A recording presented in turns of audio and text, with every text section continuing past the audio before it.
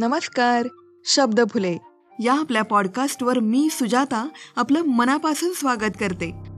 हा आहे शब्द फुलेचा दुसरा सीझन आणि ह्या पर्वात शब्द फुले लघुकथा लेखन स्पर्धा 2024 या स्पर्धेतील काही निवडक कथा देखील आपण ऐकणार आहोत. त्यापैकी एक कथा आपण आज ऐकणार आहोत. कथा गोपू नानांची पडवी. लेखन भारती वाईकर. आवाज सुजाता.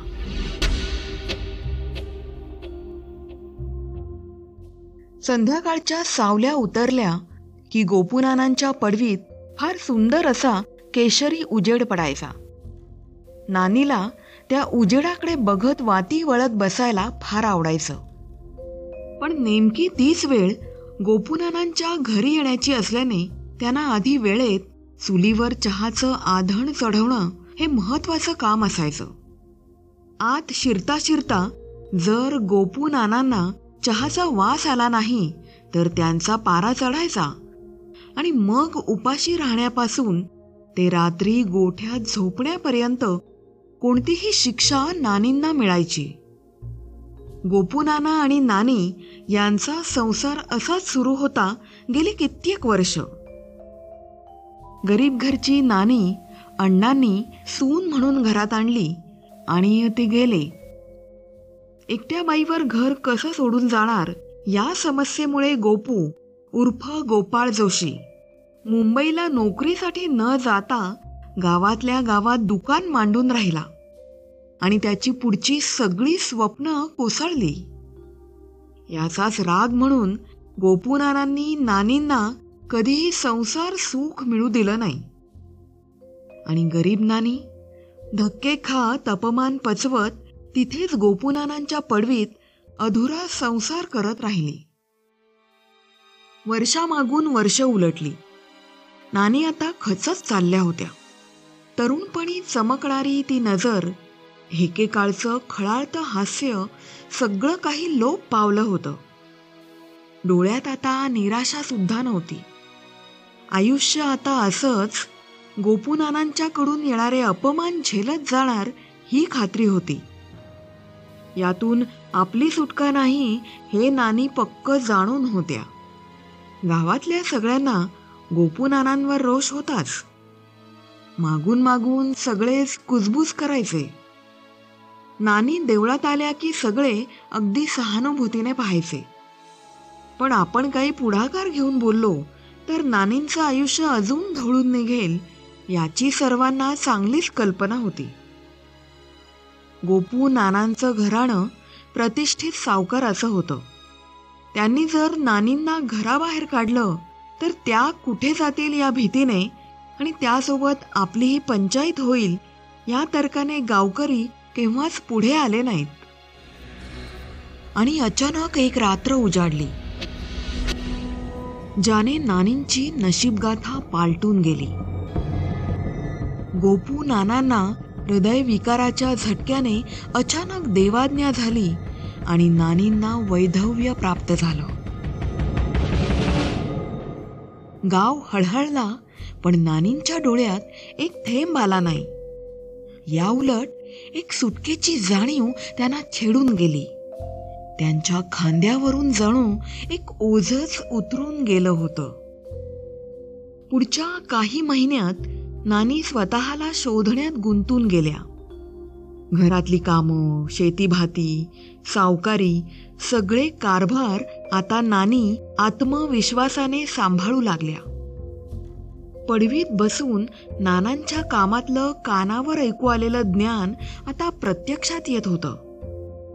देवकार्य करताना आता वेगळीच शांतता मिळत होती. नानींच्या आयुष्याचा नवा अंक सुरू झाला होता. पण अचानक काही दिवसांनी घरात विचित्र गोष्टी घडू लागल्या.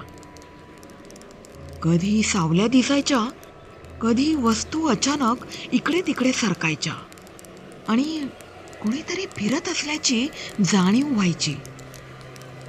आधी नानींनी दुर्लक्ष केलं, भास असेल, पण काही दिवसांनी हे वाढत गेल्यावर त्या थोड्या अस्वस्थ झाल्या. एके रात्री झोपायच्या तयारीला लागत असतानाच एक कर्कश किंकाळी ऐकू आली. नानी धावत पडवीत आल्या. पाहतात तर वर छताच्या भालापासून उलटी लटकलेली नानांची शरीरयष्टी त्यांनी लगेच ओळखली. त्यांचे डोळे नसून त्या जागी 2 आग ओकणाऱ्या खोबणी होत्या. नानी धावत आल्या आणि रात्रभर देवाचा जप करीत स्वयंपाकघरात बसून राहिल्या. सकाळ होताच सूर्याच्या किरणांनी नटलेली सुंदर पडवी पुन्हा जशीच्या तशी होती. रात्रीच्या भयानक दृश्याचा काही मागमूस सुद्धा राहिला नव्हता. नंतर मात्र दर रात्री गोपू नाना येतच राहिले. कधी हलकी कुजबूज, कधी कर्णकर्कश किंचाळ्या, शिव्याशाप यांनी त्रास देतच राहिले. आयुष्यभर हेच शिव्याशाप सोबत होते. नानींची झोपच उडाली. आता डोळा लागला तरी स्वप्नात पण गोपूनाना पिच्छा सोडत नव्हते. शेवटी त्रासून गेलेल्या नानींनी दत्तू गुरवाला बोलावणं धाडलं. त्याला विश्वासात घेऊन सगळं सांगितलं. दत्तूने आपला पावका फिरवला आणि गोपूनानांच्या आत्म्याला आमंत्रण दिलं. आग ओकणारे डोळे 2 मिनिटाच्या आत दिसू लागताच गुरव सुद्धा लटपटला. तुला काय वाटलं? तू सुटलीस? कर्कश आवाज आला. मी आयुष्यभर तुला झपाटून टाकेन. मला तुझी यातना दिलीस तीच तुला कायम देत राहीन. गरिबीतून बाहेर पडायचं होतं तुला.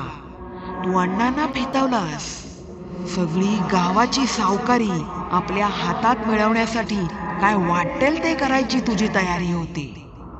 आपलं पाप लपवण्यासाठी अण्णांनी तुला दिखावा म्हणून सून करून आणलं आणि मला जन्मभराची शपथ घातली. सगळं तुझ्या घशात जाऊ नये आणि माझाही जीव घेशील म्हणून मी आयुष्यभर तुला वाईट वागवत राहिलो. तू गरीब असल्याचा आव आणून सहानुभूती मिळवत राहिलीस आणि त्या दिवशी संध्याकाळी तू माझ्या चहात घातलेलं विष मला कळायच्या आत छातीतून कळा सुरू झाल्या. अख्ख्या गावाची सहानुभूती तुला. त्यामुळे डॉक्टरने सुद्धा न तपासता मी गेल्याचं लिहून दिलं आणि तू सुटलीस. पण मी तुला सोडणार नाही. एक मोठा आगीचा झोत नानीकडे झेपावला. गुरव भयचकित चेहऱ्याने सगळं पाहत ऐकत होता. पुढचं त्याला काही आठवत नाही. गोपूनानांच्या पडवीत आता गुरव बसलेला असतो. संध्याकाळी 6:30 नंतर स्वयंपाक घरातून चहाचा वास येतो. नानी चहाचा कप आणून गुरवासमोर ठेवतात. गुरव चहा पितो आणि आग ओकलेल्या डोळ्यांनी नानीकडे बघतो. नानी उपाशी पोटी न जेवता गुपचूप घराच्या आत अंतर्धान पावतात. सावकारी बंद झाली आहे. पडवी आताही शांतच असते. वेडा गुरव पिसळतो म्हणून कोणी तिकडे फिरकत सुद्धा नाही. फक्त मध्यरात्री तीच कर्णकर्कश किंकाळी अख्ख्या गावाची झोप उडवते आणि पडवीत झोपलेला दत्तू गुरव मंदपणे हसून कुशीवर वळतो.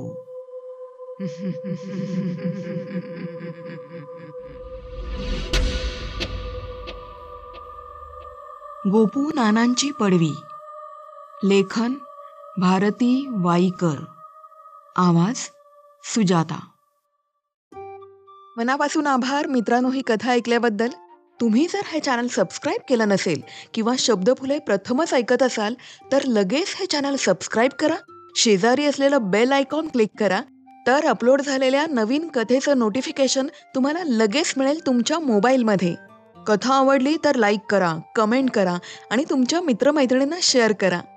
YouTube, Spotify, गाना.com, Jio Saavn Apple podcast, Amazon music, विंक म्युझिक, स्टोरीटेल मराठी अशा अनेक प्लॅटफॉर्मवर शब्दफुले ऐकता येईल. तिथे तुम्ही नक्की सबस्क्राईब करा, फॉलो करा आणि स्टार रेटिंग देऊन मला प्रोत्साहन द्या. तुमचा फीडबॅक तुम्ही मला ईमेलने कळवू शकता. शब्दफुले@gmail.com हा आहे ईमेल आय डी. शब्दफुले या फेसबुक पेजवर, तसंच सुजाता_शब्दफुले या इंस्टाग्राम पेजवर तुम्ही मला फॉलो करू शकता. तिथे DM करून तुमचा फीडबॅक कळवू शकता. सर्व लिंक्स मी डिस्क्रिप्शन बॉक्समध्ये खाली दिल्या आहेत, नक्की चेक करा. शब्दफुलेशी कनेक्टेड राहण्यासाठी तुम्ही आमची व्हॉट्सअप कम्युनिटी जॉईन करू शकता. त्यासाठी मला नक्की संपर्क करा. तर stay tune. Shabdphule by Sujata. तर आजच्या या कथेबरोबरच मी सुजाता तुमचा तुर्तास निरोप घेते. पुन्हा भेटू एका नव्या कथेसह. Stay blessed, stay blessed. Thank you. धन्यवाद. शब्दफुले बाय सुजाता. कथा, काव्य आणि नाट्यमय मनोरंजन ऑडिओ स्वरूपात.